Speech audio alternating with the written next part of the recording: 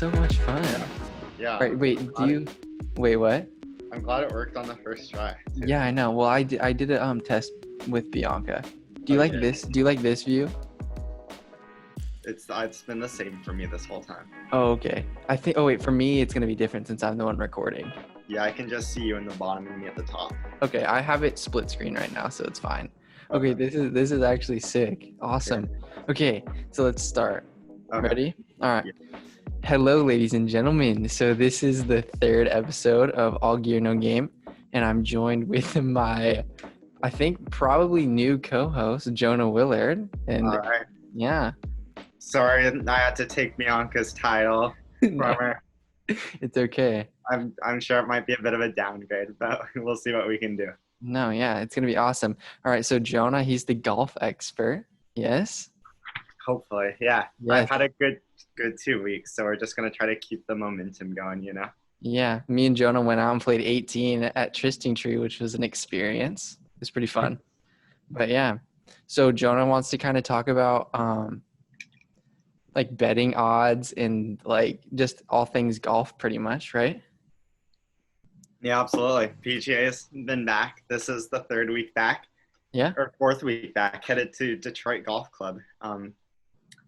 And so, yeah, field's a little bit less strong than what we've seen the first few weeks. But Wait, who's not going to be participating?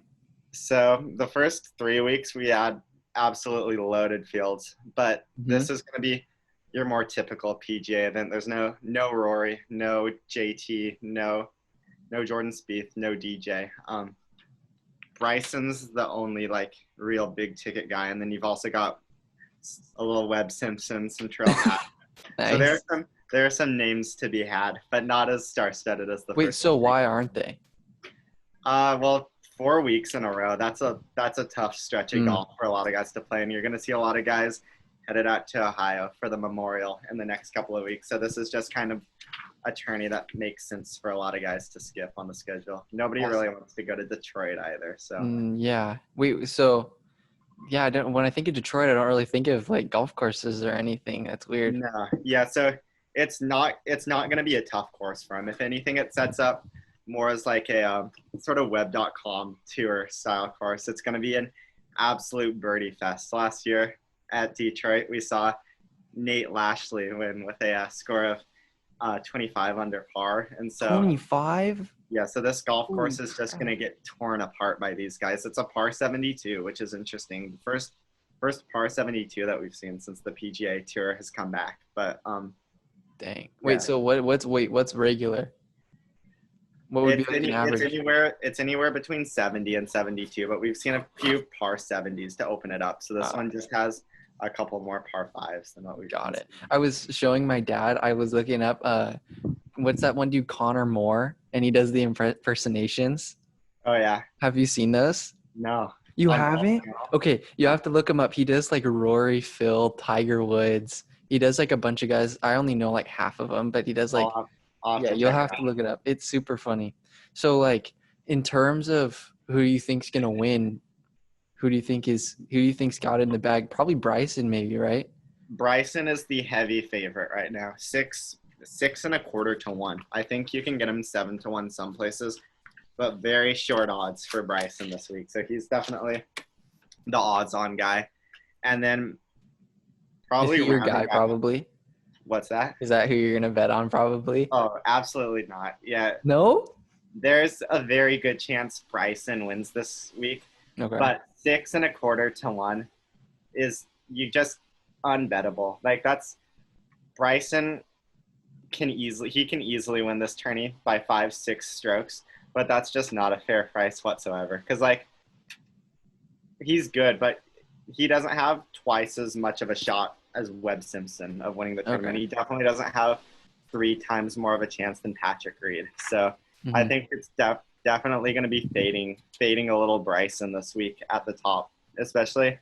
I think there's some good value lower on the board. So I think might be a good week to stay away from Bryson DeChambeau. Okay. Yeah, because, I was thinking that maybe he's got a good shot, though, because, like, he's been on the cusp of all these recent tournaments. Yeah, he's been very consistent. I think he's come in top 10 his last 6 starts. So Mm-hmm. yeah, like I said, he's the top guy in this field for a reason. He could easily win it, but just such a small number can't really justify that, I don't think. Yeah. What's your lineup looking like for fantasy golf or whatever? Lineup. So yeah, let's talk lineups. Okay. So there are six guys in the 10K range. So Bryson, obviously, Webb Simpson, Terrell Haddon, Patrick Reed, Deki Matsuyama, and Victor Hovland. I don't really see myself using too much of any of those guys because, like we saw last year, like this is the easiest driving course on the PGA Tour. So you're gonna be like seeing a lot of guys hitting fairways, a lot of guys bombing it out there. I think the fairway percentage was like 5% more than the average tour event last year. So it's like I said, it's an easy course. It's just gonna be like a shootout. Like whoever makes the most birdies wins. And so it's really going to come down to whoever's got a hot putter and whoever is hitting their irons really well. Yeah. And when it's that sort of tournament, it's like obviously harder to predict. So you might as well just take some shots on some like guys that are lower down the board because you never know. Yeah. So I'm probably going to be fading a lot of those really expensive guys at the top, and I'm probably going to be fading a lot of the 9,000s too. So you've got like Sung Jae, Ricky, Tony Finau, Bubba, Kevin Na, Scotty Scheffler.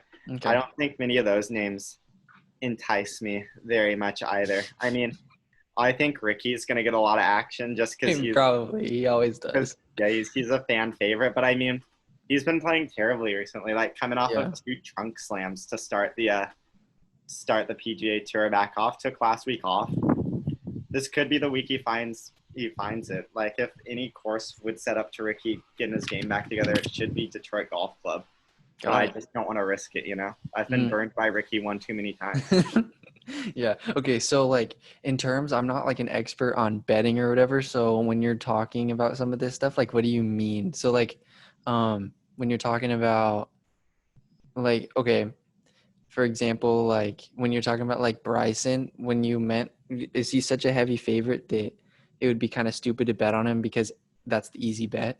Right. Like it's 6 1/4 to 1, which basically means like, say you bet $10, you're only making like 62.50 if Bryson wins. Okay. Which is like such a small payout that it's not even worth it, you know? Like, yeah, I'd rather just bet like $5 on like 6 of the guys who are in like the 100 to 1 or like 80 to 1 range, because in a shootout like this, like anybody can catch like a hot putter and just post some crazy scores. Like that's literally what we saw last year when Nate Lashley won at Detroit. So okay, yeah, it's cool though, because like I've never even heard of Nate Lashley, and some of these guys win their win tournaments and you might not even expect him to. It's pretty cool. Yeah, exactly. Like last year, I don't even remember Nate Lashley being on like the betting board. I think he was a Monday qualifier.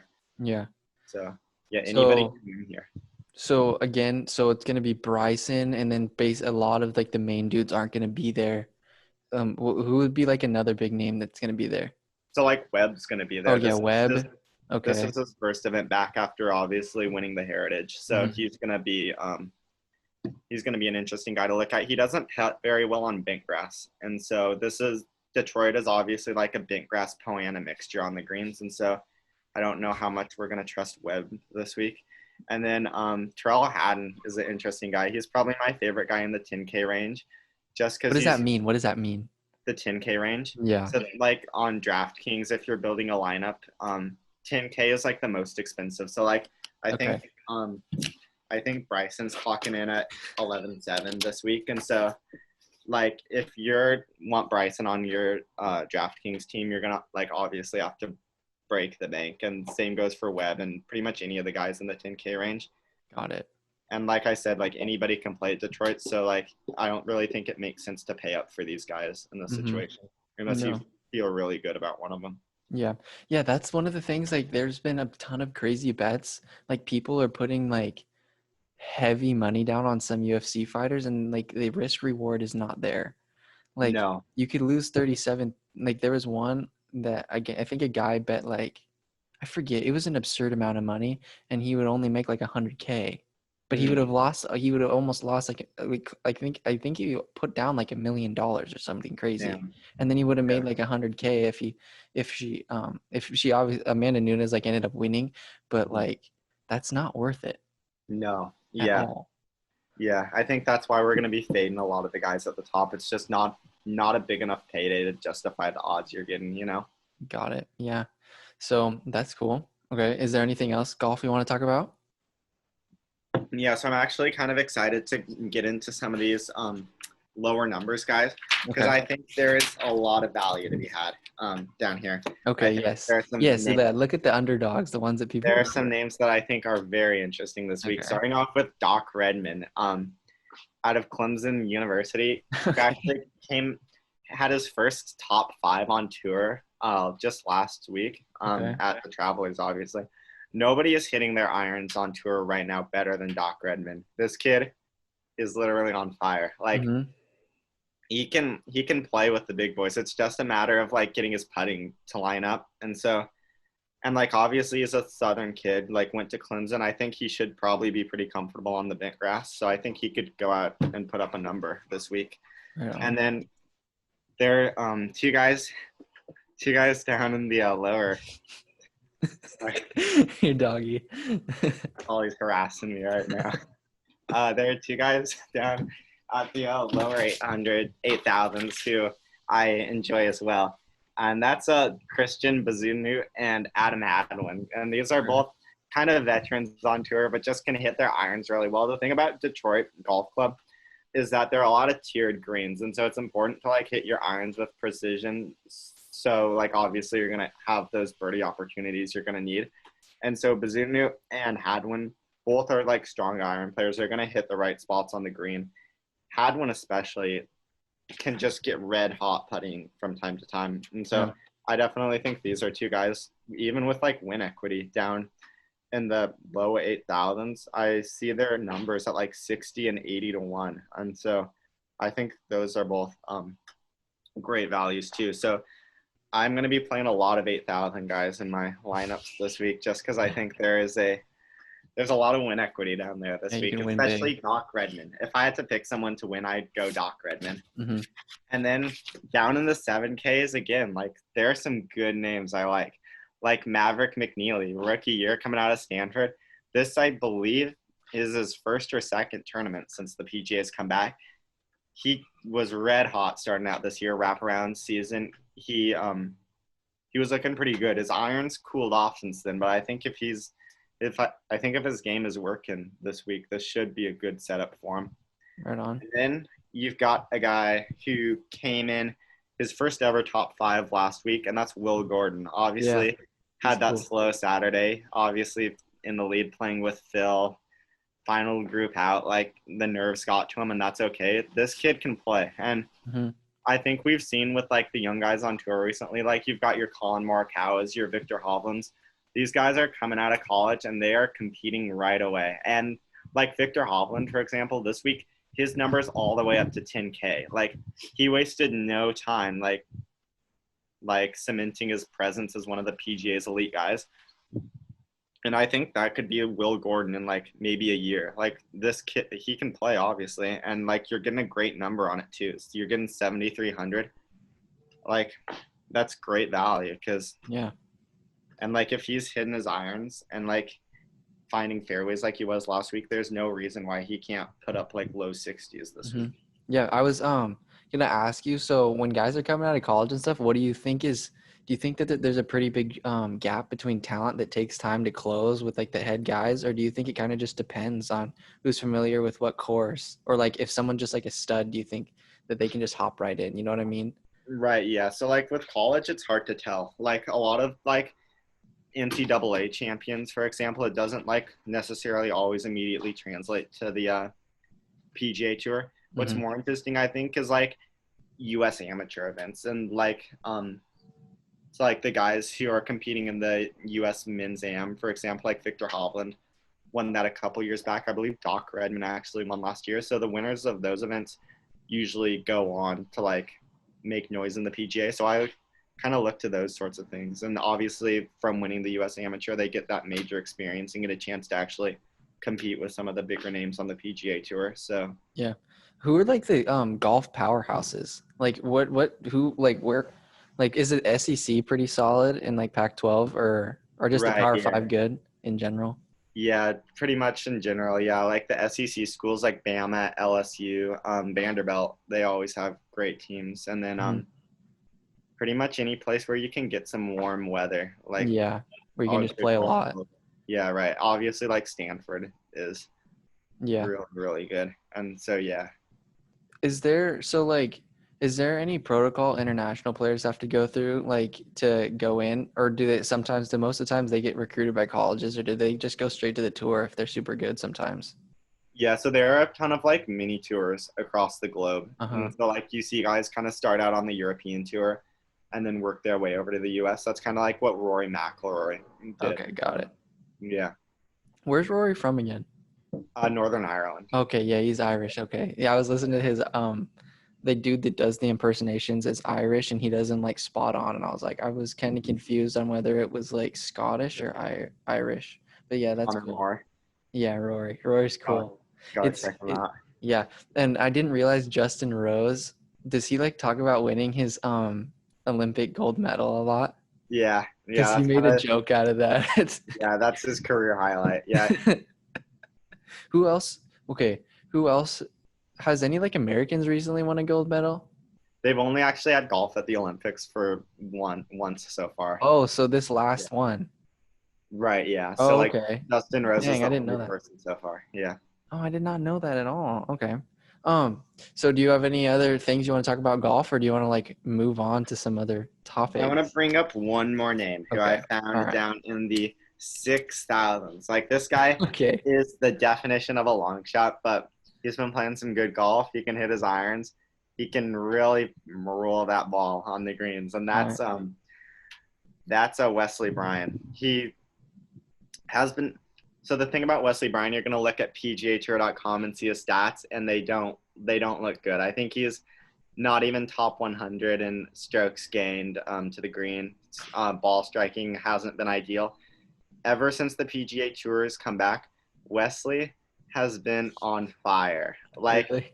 yeah, last week, he gained 2 strokes on the field approaching the greens. Or let me say that again. He led the field on strokes gained approaching the green, and he led him by 2 shots. Oh, Like wow. that's code for a lot. Like he's hitting his irons so good right now. Mm-hmm. Like if he can like do half of that this week, he's gonna make the cut. And if you've got a guy in the 6,000s who makes the cut, like you're looking pretty good. And yeah, his number is 175 to 1 on the DraftKings sportsbook, and I actually like that a lot too. If you just wanted to put like $5 or $10 on a really long shot guy, I think Wesley can compete this week. Right on. That's sick. Okay, cool. Crap, there's something I wanted to say. God dang it. Oh, I wanted to, dude, this is like not even related to golf, but it would just come to my mind. Dude, I saw Damian Lillard is gonna be one of the cover athletes for 2K21. I thought that was kind of sick. Yeah, that's awesome. Kind of hit me off guard. I was like, what the heck? But he is a stud though. He doesn't really get recognized as much as he should. Absolutely. And then everybody was like mad it wasn't Kobe too, but yeah, he's gonna get like the Legends edition, so it's cool. Yeah, that's dope. Crap, dude, I forget what I was gonna say something about golf, and then that popped into my mind. Crap. Oh my gosh, I forget what I was gonna say. Whatever, it doesn't matter. Okay. Do you have any picks this week for golf? Yeah, Bryson. Yeah, I mean, just me and my dad were talking about like how he's on the cusp of winning, but we were looking at pictures of him or whatever. He looks like a completely different person. He's big. Like he's really big. I was watching workout videos. He was going ham. Yeah, like he's ready to explode. Like yeah, my mom's like he looks too bloated. Like he looks really big. Like, but it's fine though. It like shows up with his drives and stuff. Right, I was gonna say pretty much. So basically, whoever is hot on their irons or whatever, or who is ever hitting the sharpest and getting on the green the quickest is pretty much gonna win, right? Yeah, like I said, it's an easy driving course, so you're gonna see guys like finding a lot of fairways and stuff this week. Mm-hmm. And so it's basically whoever can like stick it close to the hole and make their putts. It's just gonna be like a birdie fest. So yeah, whoever's scoring, which like I've been saying, like it literally could be anyone. Like it's just gonna come down to who can get hot. Got it. Yeah. So that's sick. All right. So another thing that we really wanted to talk about was the Civil War changing. I know that you had a strong opinion on that. Should we save that one for the end, do you think? Okay, wait, yeah, let's save that for the end. Let's save that. Okay. All right, actually, you want me to talk about UFC 251? Yeah, let's talk a little UFC. All right, let's talk UFC. You need to get into it though. Okay. You should research it. Okay, so basically, I think that let me pull up. I'm pretty sure the underdogs are pretty much are the guys that don't have the belts, or that they're gonna, because there's gonna be 3 championship bouts, and I think it would be safe to bet on all of the guys that don't have belts to win. Just do like a 3-man parlay. Yeah, because Gilbert Burns, the Kamaru Usman and Gilbert Burns are going to be fighting for the undisputed welterweight title, and Gilbert Burns, he's the challenger, and he is he's a plus 190.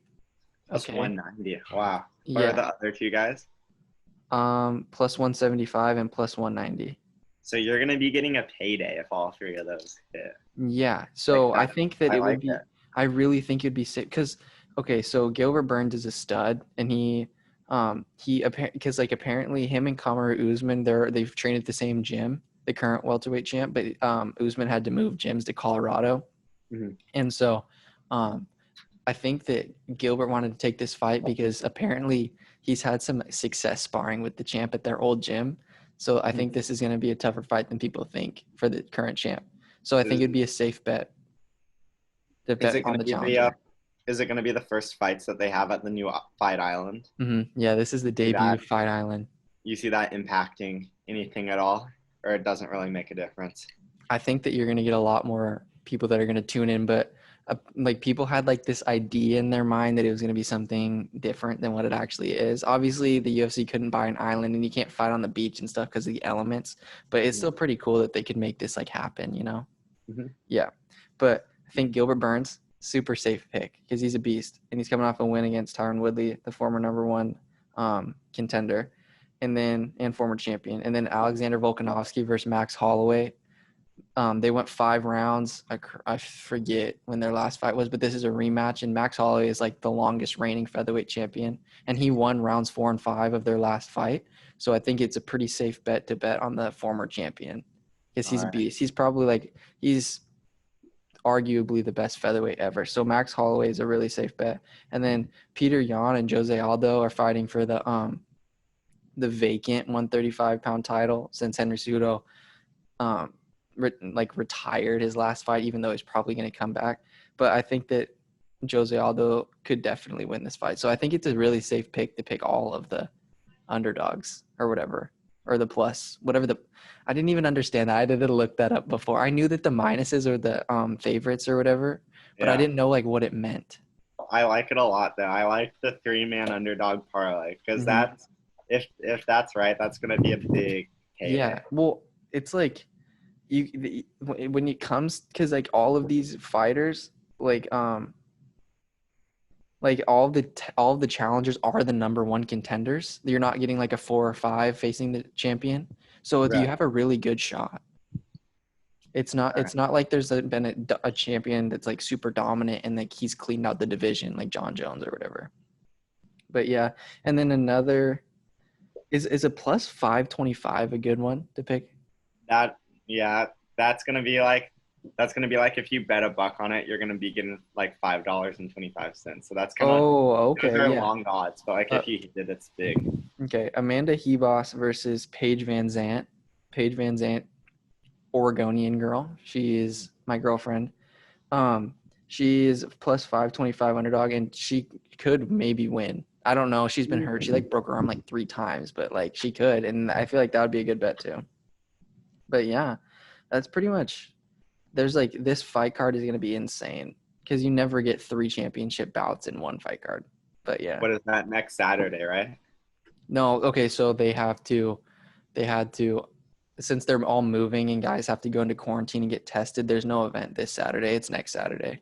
Okay. It's July 11th. But yeah, it's gonna be absolute fireworks. And then even the I think his name is Jiri Prachka versus Volkan Ozdemir. That's like the ESPN main event for like the prelims, and it's like this guy. It's a lightweight fight, and Prajka, it's going to be his debut, and he's like in a different organization and is like the world champion. So I'm interested to see that one. But yeah, if you're gonna, I think what does the parlay even mean again? Do you just bet on 3 guys at once? Yeah, and then they all 3 have to work out, but like the odds get stacked up. So if you get them all 3 right, it's like a much bigger payout. But yeah, I think that is solido. We'll have to talk about it again next week. You think when it gets a little closer as well? Yeah, I wanted to talk about if there was another fight this next weekend, I would have talked about that instead, but there's not. So yeah, whatever. But yeah, we were talking a lot about all this stuff like on Sunday, but yeah, the last fight card was absolutely insane because you probably got the fight of the year, in my opinion, in Poirier versus Hooker. But it's kind of tough though, because like the other fight, there was a fight earlier this year that was between 2 girls, and that was a pretty insane one. Like it was Zhang Wei Li versus Joanna Jacek, and Joanna got like this huge ass hematoma on her head, and it was disgusting. She looked like an alien. But yeah, I think they should maybe have like a men's and women's like award for like fight of the year, because those ones are going to be super close. Yeah. But yeah, you think now that they're going back to the regular size octagon, do you think it's going to be tough to match this? I think that might be a little bit less action, but it'll probably still be super duper competitive since there's going to be 3 title fights, and like those guys are so talented that it's inevitable that there's going to be some crazy stuff, because I think a lot of the matchups fit really well with one another, because like the main event, Usman versus Burns, like they're both extremely good grapplers. So I think that that's probably going to cancel out, and they're just going to throw hands, which would be sick. But who knows? I kind of want to see one of them go to the ground or try to dominate the other one, or like grab, because like when it's high level like that, it's not boring, because a lot of people get mad, if they're just like wrestling around or not throwing, because people want to see striking. But yeah, it's whatever. So there might be some striking in this one, you think? I think that there's going to be a lot of knockouts. Let's go. Maybe even not. I don't even care about knockouts as long as it's like a decision and it's like back and forth. I think that's pretty solid. But yeah. Good, something to look forward to then. I think that Fight Island is really good because it gives something for people to want to tune into, because I feel like a lot of times if it's just regular, people don't want to buy a pay-per-view, Right, but now it's like a novelty sort of deal. Yeah, and I'm interested to see if they're gonna go back, because it's in Abu Dhabi. Yeah. Did you look it up a little bit before? No, I looked it up a little bit, and then we were talking about it the other day as well. So. Yeah, dude, you're kind of a savage. What? You're a savage. What? I like your shirt though. Did you go golfing or something? Yeah, I just actually got back from the course. Yeah. Oh, no way! You timed that perfectly. I know. I got your text when I got home, and I was like, it was like 2:10, and I looked, and I was like 2:30. So I thought it was. You should have told me you were going, because then you wouldn't have been as rushed. Well, no, I knew we had talked about like 2 or 3 yesterday, and so I just kind of planned it to be home by that time, so it was perfect. All right, gotcha. Are you working? No, I work a little on the weekends, and that's about it. Yeah, I'm not. I want to get a job, but like it's tough because I feel like not a lot of places are. And I wouldn't want to like work at a grocery store or anything like that. And those are like the main places that are hiring right now. Yeah, because they need people hardcore. Right, but like if that's kind of like coronavirus suicide if you get a job at the grocery store. Yeah, I know. I wanted to maybe work at like GCO or whatever and like pick up range balls or something. I think that would be fine because at least you're outside. Wait, you could get a good job at a golf course. There was like a bunch of job listings for caddies. Oh, really? Where is that? I think I honestly want to say that there was one in Corvallis. Dang. Like I was thinking about it, but I don't know a golf bag as good as you. Like I was asking you the whole time, like, what should I use? What should I use? You can just make it up. Half those people don't know what they're doing. Really? Yeah. It seemed like every time I was just like, can I use a sand wedge? And you're like, yeah. That's pretty much what I asked the whole time. You're hitting a few sand wedges the other day. Yeah, I felt more comfortable, like, because I was using it so much and I was chipping. I felt really good as, like, the day went on. Yeah, I mean, yeah, you just have to get down the sandwich when you're around the green and, like, sandwich 2 putts and you've got a bogey, Yeah, if you want, we're going to get the thing where it's, like, unlimited range balls at Spring Hill or whatever, and so you can come. I'll just get, like, 2 large buckets, and then you can just be down there, and we can hit. I would destroy a large bucket at Spring Hill. Let's go. That sounds like fun. Yeah, that'll be really fun.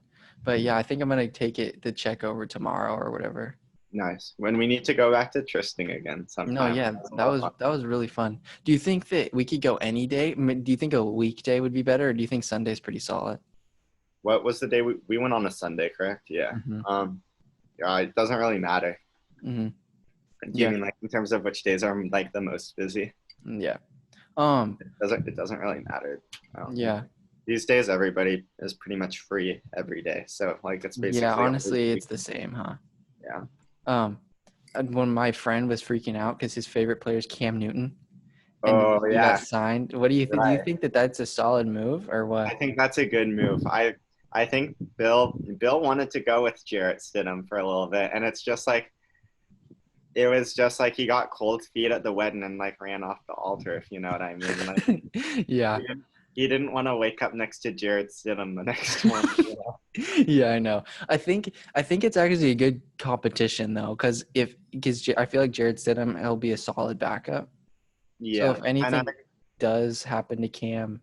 And I know, like, everybody's saying this, but it's just going to be, like, fascinating to see what, like, Josh McDaniels is going to do this year with Cam as his quarterback. Wait, what? It's going to be, like, interesting to see what Josh McDaniels can do with Cam Newton as his quarterback. Yes. They were, like, saying how he's going to, like, design the offense around him. He's their OC, right? Yeah. Okay. Got it. I was thinking him as a player for a second. I got lost because I was like, sounded familiar, but yeah. Yeah. Why he's the one that they show in Madden, right? They never show Bill Belichick. Yeah, Bill Belichick's he's never given, like, his license for them to, like, make his character or whatever. Really? Yeah. Yeah, I've always wondered that, like, why? Yeah. Why do you think? I don't know. I don't know. That's a good question. I was thinking that the AFC East is going to be locked up with the Bills, but now who knows? Yeah, I still kind of like the Bills coming out of there. Yeah, especially with Diggs. Yeah, it's going to be interesting to see what Cam Newton can do, but I'm pretty high on Josh Allen too. Right, yeah. And if it's been the Cam Newton of the past few years, like, I don't know how much that's going to help the Patriots. Yeah, that's what I'm concerned about, especially if he just gets injured again. Right, yeah. But hopefully the 1-year deal might, like, light a fire under his belly. Yeah, it's going to be interesting to see, like, if he does really good this year, like, what's going to happen next year with it. Because I don't think the Patriots have, like, any way to bring him back if he's really good, right? So it's basically just, like, a tryout for him to join a different team after this year. Yeah. And then, like, I feel like Colin Kaepernick's kind of, like, in the same boat as Cam Newton too. Like, maybe if he'll get signed, it'll be cool, but he'll still have to prove himself a lot because people don't want him to be like, people don't want him to be just like fans that think that he's there just because of what's going on right now. Right. Yeah. And he hasn't played in a long time either. In like 4 or 5 years. Yeah. I think did he play? Yeah, he was on the night. Wait, the last time he played was like 2016, I think. I believe so. Yeah. And he wasn't very good either. No, I don't understand what they paid him, and then all of a sudden it's like. Yeah, that one. Non-existent. Yeah. Yep. I would be down to give him another shot at it. Like, if anything, just to, like, I feel like you need some closure on it so people don't say, like, oh, he's out of the league because of this. I think, like, give him a second chance, and, like, if he sucks, he sucks, and that'll be the end of it. And if he does good, then, like, obviously he deserves a chance to prove himself. Yeah, for sure. And then another dude the Bengals are in the AFC South, right? North. I was so mad. Like, I feel so bad for Andy Dalton though, because, like, I feel like he's solid, and they just gave up on him. Yeah. I mean, at a certain point, you have to, though. Because, like, being solid for, like, 8 years and the team goes nowhere is not really enough, you know? Mm-hmm. Yeah, I know. And, like, when you've got a chance at Joe Burrow, you kind of got to take that. Yeah, I know. The rookie quarterback class is pretty interesting, though, because I honestly don't know how I feel about all of them, all of the top quarterback prospects. I think Joe might, well, obviously it was the first pick, but I think he's also my favorite out of all of them, or at least for his rookie season. Like, who knows what will become of, like, Tua down the road, but I think just for this year, I think Joe Burrow will have, like, the best rookie season. I don't like. I think Joe's gonna be solid, but at the same time, I don't know because like when I watch him play, I mean, I'm obviously not an expert on quarterbacks and stuff, but I feel like he throws a lot of balls up, and his guys come down with it. Right. Because he had a really good wide receiver core. And Cincinnati doesn't exactly have the same level of dominance at the wide receiver position that LSU had against the rest of the college teams. So yeah, it's not. Yeah, it's going to be like a learning curve for sure. But I mean, they have pieces. Yeah, they've got pieces. Like they have Joe Mixon, and he's solid. Mm-hmm. But who knows? If the line doesn't protect, you're toast. Exactly. But yeah. So you want to move on to some college? Let's College do world? it. Okay. I've been looking forward to this. Okay. So recently, I'm excited to hear your rant. Mm-hmm. Okay. So recently, as a lot of people know, they're changing the iconic name of the oldest rivalry in sports. They're going to change the Civil War into something else.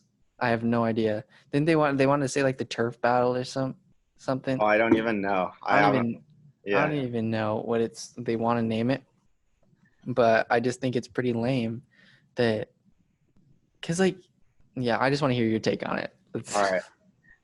So first of all, I don't even think the Civil War, like obviously they're getting rid of it because in the Civil War, in the United States, which is one of several civil wars, one of the sides, the side that lost, and the side that is in the history books in like more of an infamous, like sort of like, oh, we don't want to be like those guys anymore. The bad guys wanted slavery.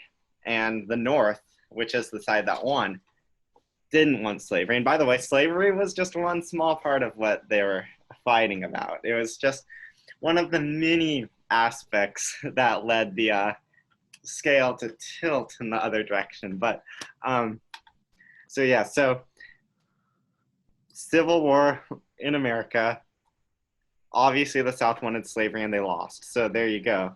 But then the Civil War is not even specifically about the United States. Yeah. It's just the term for two sides within a specific geographic location, like Oregon, who are fighting against each other. And in this case, Oregon State and the University of Oregon are in the respectively Corvallis and Eugene cities of Oregon, and they play each other in a variety of sports each year, and the fans consider it a rivalry. And because they're both of close proximity to one another, it counts as a civil war. And now, like, I'm not really even in a place to like speak to the agenda or like the goals of the Black Lives Matter movement. Like, obviously I support it and it's like a huge thing in our country right now. Yeah. But I even have a hard time imagining that any of them are too concerned about the name of like the OSU rivalry. Yeah, I have no idea. There are such bigger fish to fry in our country right now. Like, obviously they want to defund the police and reimagine our country's budget. And so I just don't really see how renaming the rivalry fits into that. And I don't even think any of the players who are like predominantly African, well, not predominantly, but there are obviously a large amount of African Americans who play football at the UofO and OSU. Like, I have a hard time imagining too many of them are offended by the name. Like, maybe they are. And if they are, then I think it's a good thing they changed it. Cause like, obviously, like the student athletes have got to be priority number one. And so and so if they're uncomfortable, then sure. But I don't really know why that would be the case, and I kind of would doubt that it is the case, you know? Yeah, for sure. And like, I like if I knew of someone that like was offended by it, like I would want to know, I would want to hear like why, kind of. I mean, obviously it's kind of self-explanatory, but it's like, and like all the people who would be the type of people to be mad about like the Civil War, like they always preach like inclusion and like coming together as one. And so this is feeling very off-brand that they can only think of the Civil War in the context of the United States. Like not everything is about the United States. Like this, like you could make the argument like, okay, but in this case, Oregon State and the UofO are in the United States, and so we should think about the Civil War in that context. But back when the Civil War was fought, like Oregon didn't even exist as a state. So like the American Civil War is not really a part of the history of Oregon. And so I don't think it should be thought of in that with that what's the word I'm looking for? It shouldn't be thought of with that like connotation in this case. It shouldn't have the connotation of like slavery or any of that jazz. Yeah. But like one thing that is good that comes out of this, I don't think that OSU or Oregon State, I mean, like really needed to do anything with this, but in the bigger picture, a lot of other things are changing, which is good. Like the Mississippi State flag changing, like removing the Confederate flag, like that's solid. Like I don't think that needs to be in there. You know?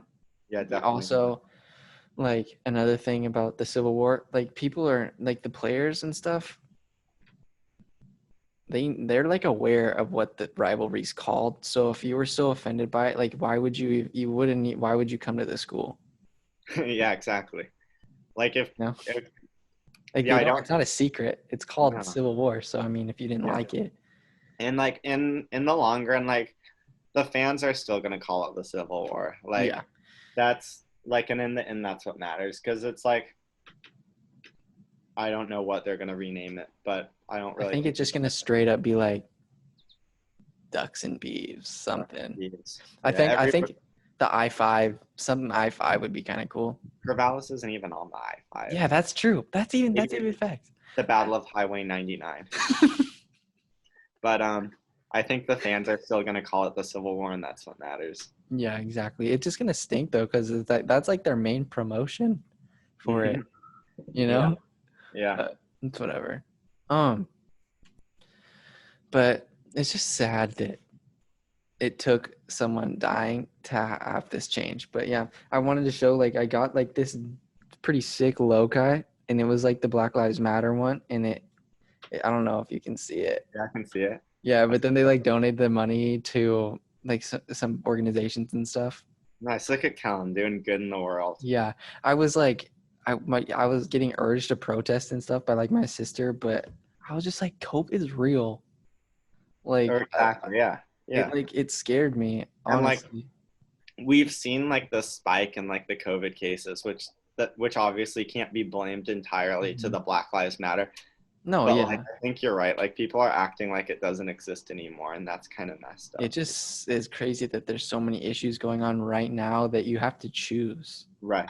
And there are obviously like a ton of like awesome ways to support the Black Lives Matter movement without having to go to a protest. Like, oh yeah, that's what I'm saying. Like, and also like you don't want to have to deal with people's like people, because you don't want to be a poser. You know what I mean? Like people sometimes like I feel like if I went to something, some people would maybe feel like, oh, you've never been in my situation, so don't like pretend like you have been. You know what I mean? Right. Or like the people who are like posting on Instagram without like necessarily doing You've never even experienced racism, like, but it's still good. I don't know. It's fine. I mean, like obviously, like me and you could never like quite understand what you're going through. Exactly. But like, I guess the big thing is just to be an ally. Is like the buzzword, I guess. So I'm doing my best to help them out. You know.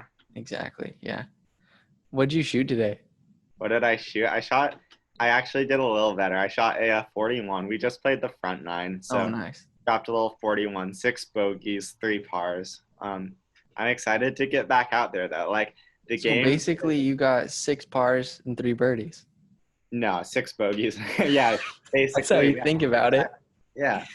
Yeah. So basically, yeah, exactly. The game is starting to come into shape. So I didn't hit very many fairways, but I was able to get up and down quite a few times. So right on. Is there anything else you wanted to talk about? Not really. I'm super excited to talk about the NBA, but we better save that for. Yeah, we can save that. I think just a little spoiler. I have strong feelings about how the NBA is pandering to get Zion Williamson in the playoffs. And yeah, I know. Bulls absolutely reflect that. And the Blazers got screwed. Like, we got hosed by the NBA.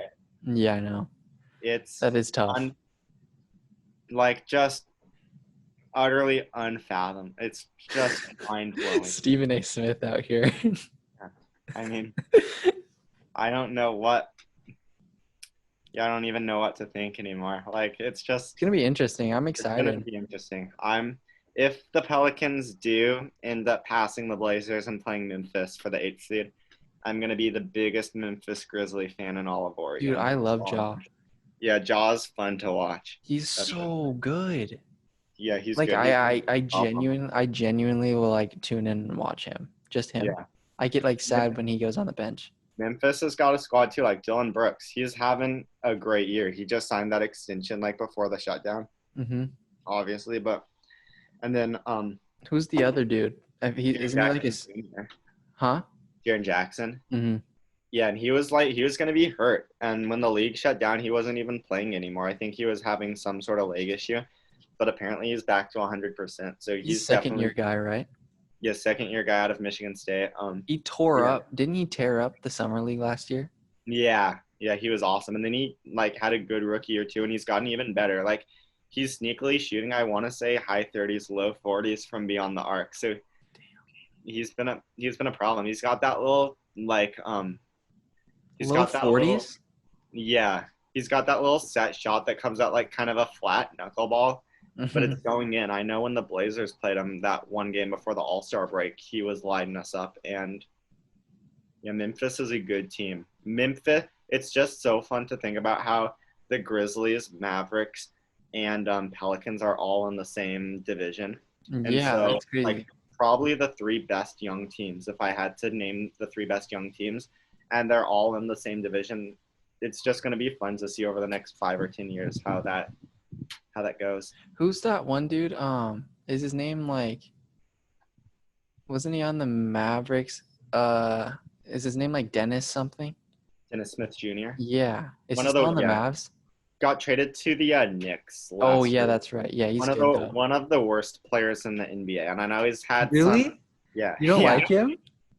Well, it's not that I don't like him. He's just really bad. Yeah, I liked him when he was.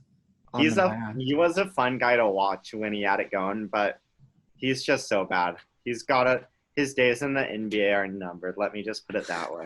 Yeah. Yeah. He shot less than 40% on his field goal attempts and less than 25% from beyond the arc. So yeah, he's not going to be around for much longer. He's got that athleticism, which is nice, but that can only take you so far. So high. He can jump out of the gym. I need to become more well-versed. Like, I know a little bit about most stuff, but I am so, like, locked on to the Niners, Giants, and Warriors. Yeah. That, like, sometimes I lose focus on, like, other teams and trades and stuff, but yeah. Right, yeah. No, we'll have to talk some NBA because that's coming back soon, and it's going to be fun. We should do predictions. Yeah, for who could win, because there's a lot of possibilities. And who knows if guys are in shape or not. It's not going to be the Lakers. Let me just say that. You think so? Not the Lakers. Yeah. You like the Clips. I'm a big Clippers guy this year. And then Clips, Bucks. Who else is good? I like the Celtics and the Raptors as well. The Celtics are solid. I don't think any of them can take down the Bucks, especially I don't think the Celtics match up well at all against the Bucks. But I really like the Celtics. Dude, Jason Tatum, bro. Jason Tatum was going off. That man's can ball. He's gonna be a top 3 in the MVP race sometime within the next 3 years. Easy. I knew he was legit when he went up. I think if it was like 2 years ago, yeah. Him and LeBron, I think he went up and like semi-dunked over LeBron, and he kind of gave him a look. I was like, wow, you got to be pretty confident in your game to do that. Yeah, gave him the stare down a little bit. Yeah. And that was like Eastern Conference Finals too. Mm-hmm. So like he's shown he can like do it on the big stage as well. So yeah, I think he might need to shave that hair before the season starts back up. But I don't know if you've seen that or not. No, I haven't. I saw. I was so confused though when Jaylen Brown cut his hair. Jaylen Brown cut his hair? Yeah, remember that he had like the big faux, and then he had a buzz cut. Oh right, yeah. Yeah, but I think this was pretty fun. Yeah, this was fun. I'm happy this like worked the first time, because I like had to figure it out this morning, because I was trying to do like the FaceTime screen record thing, and that didn't work. Didn't work. No, but yeah. Do you want to give like kind of a preview of what we want to talk about like next time? So I think if I'm lucky enough to be invited back next Wednesday, I think we might talk a little bit of golf again, maybe preview next week's golf tournament. Yeah, you can actually we can reflect on what happened. Yes, yeah, we can look back at how bad my picks ended up being this week, and then we can look ahead to the UFC as well. Yeah, we can go more in depth. Yeah, because by then it's kind of hard to look out a couple weeks in advance, but by then we're going to be like right on the cusp of it. So it'll be kind of fun to like make some predictions and stuff like that. So exactly, and then we can do maybe some predictions for the NBA season, and then also I think it would be fun to re-rank that one thing of like the sports by difficulty. And I think you need to give me a segment at the end of every episode where I can just go on a rant about whatever I want. That'd be solid. Yeah, I didn't want to go too far into UFC because like I know you weren't like my UFC knowledge is a little bit laggy. I felt bad. I didn't want to just like keep talking about it because I could go on like for days. Yeah. But yeah, cool. I think I might be dealing with a little bit of extenuating weather circumstances. Can you hear all that wind? Yes. Yeah. Your backyard's I think nature is trying to tell me that I've done enough talking. You look like a weatherman that's like in a storm right now. Exactly, yeah. We're dealing with like a minor hurricane condition over here in Corvallis. So all right. But the sun's out, that's all that matters. Absolutely, of course. Okay. Well, this has been really fun, and then me and Jonah should be back next Wednesday. All right. Looking forward to it. All right, sounds good. Bye, Thank you.